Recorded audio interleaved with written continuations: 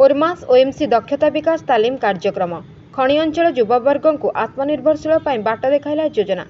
केवल निज रोजगारक्षम हेले बा आत्मनिर्भरशील हेले बेरोजगार समस्या दूर हेब नाही, बरं निज भली अन्यमानकु रोजगारक्षम हेबा दिगरे सचेतन कराइबा एवं एथिरे सफलता हासिल करि पारले सरकारक दक्षता विकास तालीम कार्यक्रम सफल होई पारिबो, जाहाकि समाजर सामूहिक विकास दिगरे एक उदाहरण सृष्टि करि पारिबो। अंतर्जातीय महिला दिवस अव्यवहित पूर्व गुरुवार भुवनेश्वर यूनिट 8 स्थित राज्य ग्राम्य उन्नयन प्रतिष्ठान AIRD कैंपस परिसर में बलराम दास सम्मिलनी कक्ष ओरमास तरफ दक्षता विकास तालीम शेष कर निजुक्ति सुजोग पाइथिबा प्रशिक्षार्थी को नहीं आयोजित एक स्वतंत्र कार्यक्रम में यह परामर्श दि जाइथिला।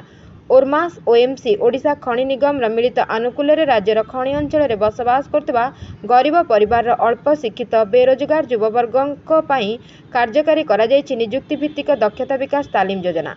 यह स्वतंत्र कार्यक्रम में ओरमास निर्देशक तथा मुख्य कार्यनिर्वाही अधिकारी गुहा पूनम तापस कुमार जोगदे निष्ठा एवं दृढ़ आत्मविश्वास सहित कर्मक्षेत्र में निजर दायित्व संपादन करने को प्रशिक्षार्थी मानक परामर्श देते।